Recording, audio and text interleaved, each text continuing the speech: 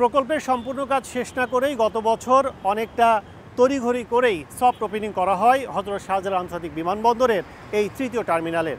কথা ছিল 1 বছর পরেই চলতি মাস থেকে শুরু হবে যাত্রী সেবা, কিন্তু বাস্তবতায় ফিকে হয়ে গেছে উদ্বোধনী ডামাডোল।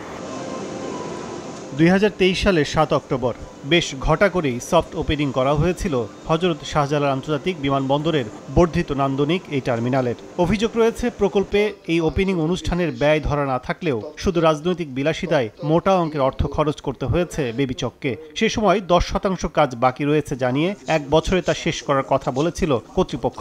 তবে সবই যেন অসারের তর্জন গর্জন। বেবিচক সূত্র বলছে বছর পার হলেও চূড়ান্ত হয়নি গ্রাউন্ড হ্যান্ডলিংয়ে বিদেশি পার্টনার, বাকি রয়েছে মেশিন টু মেশিন সংযোগ সহ ক্যালিব্রেশনের 2% কাজ।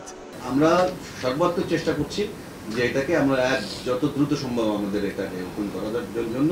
টার্মিনালের 2,30,000 বর্গমিটার অবকাঠামো দৃশ্যমান হলেও সেবা কবে শুরু তা নিয়ে ধোঁয়াশায় বিশেষজ্ঞরা। ওপেনিং এর পরে কিন্তু অনেক দিন পার হয়ে গেছে, এখনো কিন্তু আমরা কোনো দেখছি না বা বুঝতে পারছি না এটা কবে নাগাদ হতে পারে। তো এইটার সাথে কিন্তু আমাদের অনেক কিছু জড়িত আছে, তো সেই জায়গাটা মনে হয়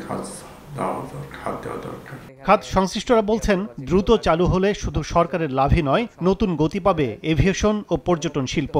ফ্লাইট যদি আমরা বেশি কভার করতে পারি, আরও অনেক এয়ারলাইন্স বাংলাদেশে আসবে এবং এটা কিন্তু আমাদের ইকোনমিতে যেভাবে আপনার একটা ভ্যালু অ্যাড হবে, হোটেল ব্যবসায়ী বা ওইখানকার যারা স্থানীয় ব্যবসায়ী আছে তাদের একটা বেনিফিট হবে।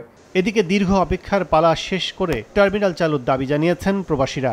এইখানে আসা যে সমস্যার মধ্যে আমরা পড়ি, তো ওইটা চালু হলে আমাদের জন্য অনেক ইজি হবে, অনেক ভালো হবে। কিন্তু এখনো চালু কেন হচ্ছে না এই জিনিসটা এখনো বুঝতে পারতেছি না। সিঙ্গাপুরের চাঙ্গি বিমানবন্দরের নকশায় নির্মিত এ টার্মিনাল শুধু যাত্রী পারাপারের জন্য নয়, বাণিজ্য সম্প্রসারণ, রাজস্বায় গতি বাড়ানো সহ জড়িয়ে রয়েছে বিশ্ব এভিয়েশন খাতে বাংলাদেশের ভাবমূর্তিও, এমনটাই বলছেন সংশ্লিষ্টরা।